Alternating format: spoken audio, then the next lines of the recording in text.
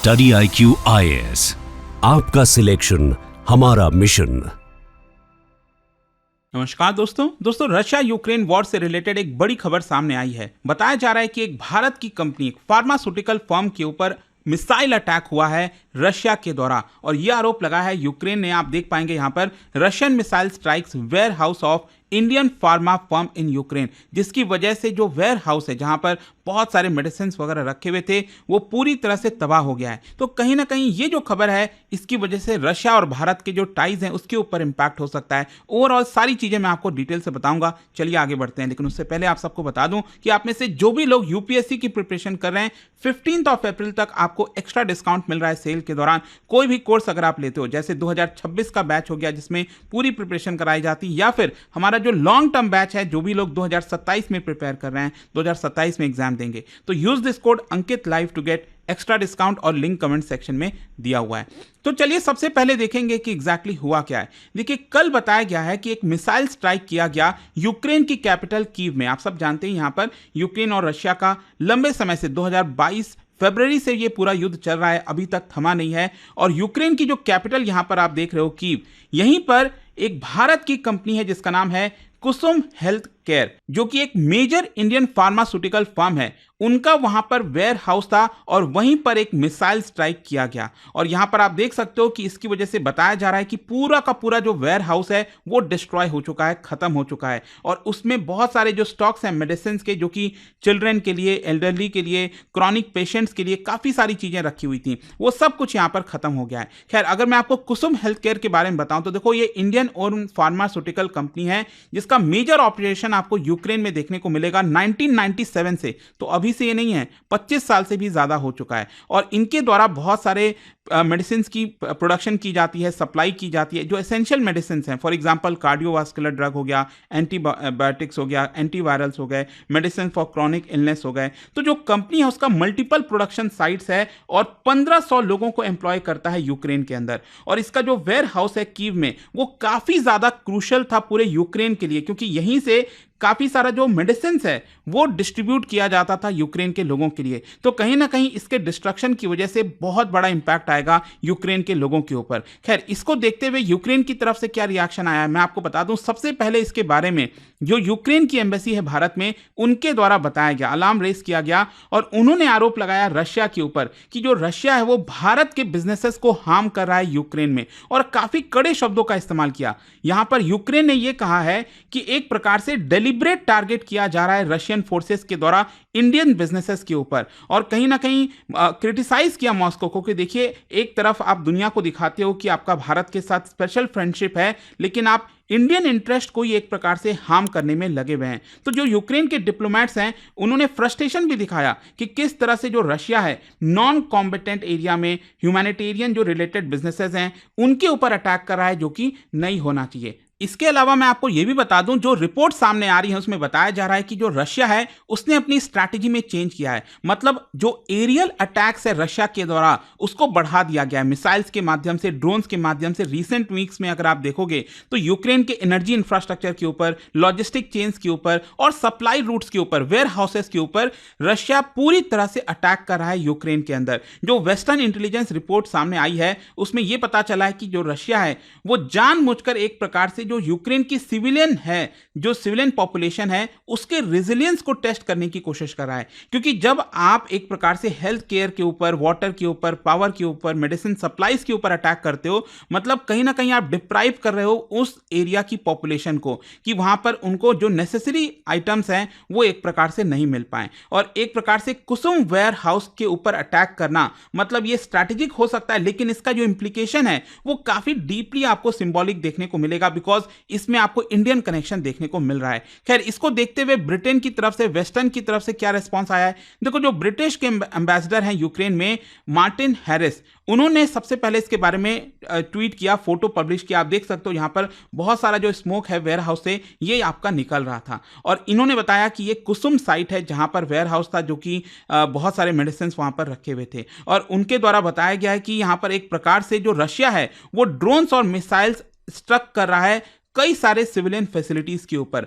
Western diplomats का यह कहना है कि कहीं ना कहीं एक पैटर्न देखने को मिल रहा है कि रशिया अब डायरेक्टली सिविलियंस को टारगेट कर रहा है और कहीं ना कहीं ये जेनेवा कन्वेंशंस के खिलाफ जाता है। खैर, इसको देखते हुए भारत सरकार का क्या कोई रिस्पॉन्स है? देखो, अभी तक जब मैं वीडियो रिकॉर्ड कर रहा था तो कोई ऐसा रिस्पॉन्स देखने को नहीं मिला, कंडेमनेशन, कमेंट, लेकिन कहीं ना कहीं भारत ने अभी तक जो न्यूट्रल स्टैंस मेंटेन किया है और बार बार यही कहा है कि हमें डायलॉग डिप्लोमेसी के तहत इसको रिजॉल्व करना चाहिए। जो पब्लिक कंडेमनेशन है, जो कि प्रेशर था भारत के ऊपर कि रशिया को कंडेम करो पब्लिकली, वो अभी तक भारत ने नहीं किया है। लेकिन कहीं ना कहीं आपको यह समझना है कि अगर यूक्रेन में भारत के इंटरेस्ट के ऊपर अगर हार्म होता है, भारत के बिजनेसेस पर डायरेक्ट अटैक किया जाता है, तो इसकी वजह से जो भारत सरकार है उसके ऊपर काफी ज्यादा प्रेशर आएगा, क्योंकि यहां पर जो इंडियन सिटीजन्स और बिजनेसेस हैं वो डायरेक्टली अफेक्ट हो रहे हैं और इंडिया एक्सपेक्ट करेगा कि जो अपना इकोनॉमिक इंटरेस्ट है फॉरेन कंट्री में वो एटलीस्ट सेफगार्ड हो। ये कहीं ना कहीं भारत एक्सपेक्ट करता है रशिया से। खैर, अगर मैं आपको इसका स्ट्रैटेजिक इंप्लीकेशंस की बात करूं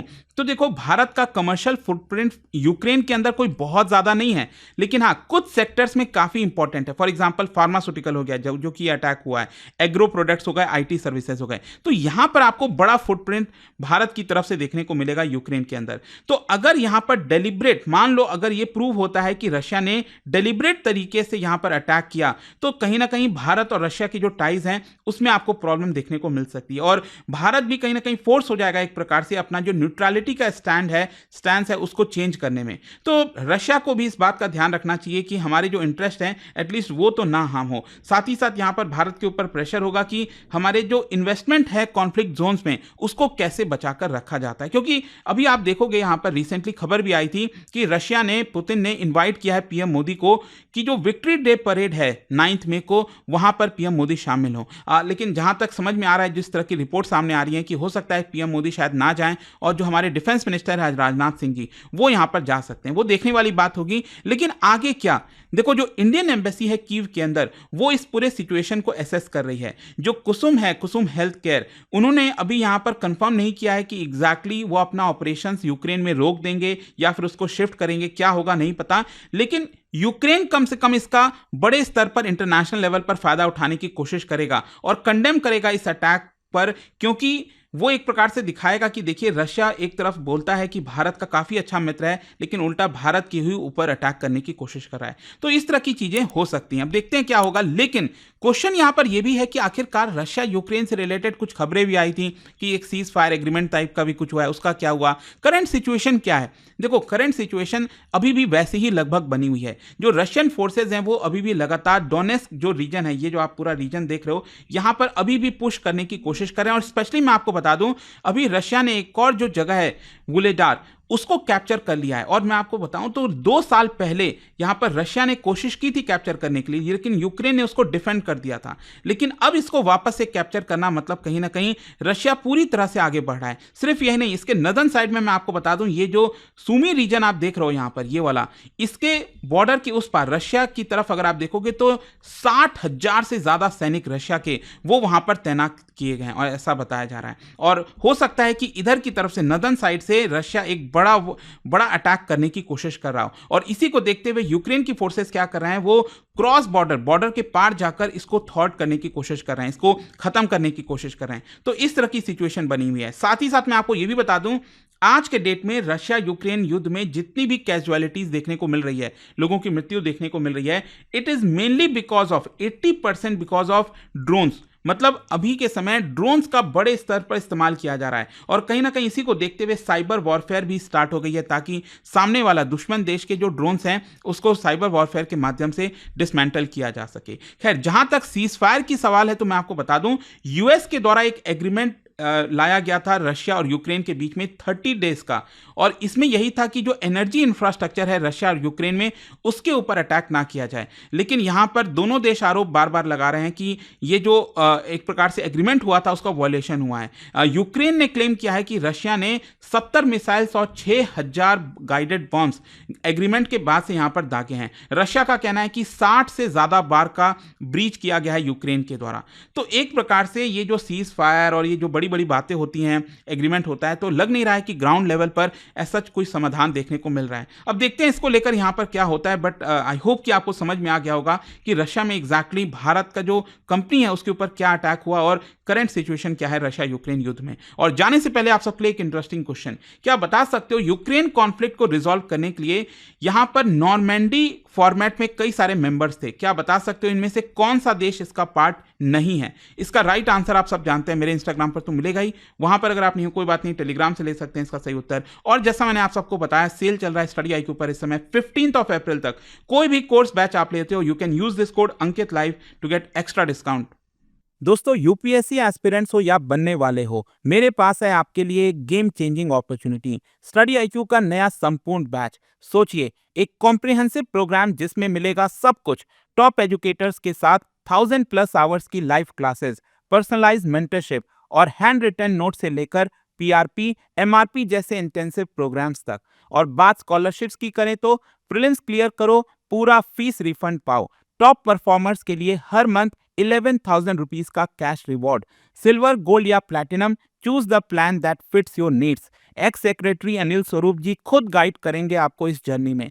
स्टडी आईक्यू पर 2 करोड़ इंडियंस का ट्रस्ट है और अब संपूर्ण बैच के साथ आपका यूपीएससी ड्रीम भी होगा अचीव। आपको करना क्या है, कमेंट में दिए गए संपूर्ण बैच के लिंक पर क्लिक करें and once you click on buy now, आप देख सकते हो डिस्काउंट कोड्स, वहां पर टाइप कीजिए अंकित लाइव एंड आपको मिलेगा सबसे lowest price and your IAS journey starts here. Study IQ IAS, आपका सिलेक्शन हमारा मिशन।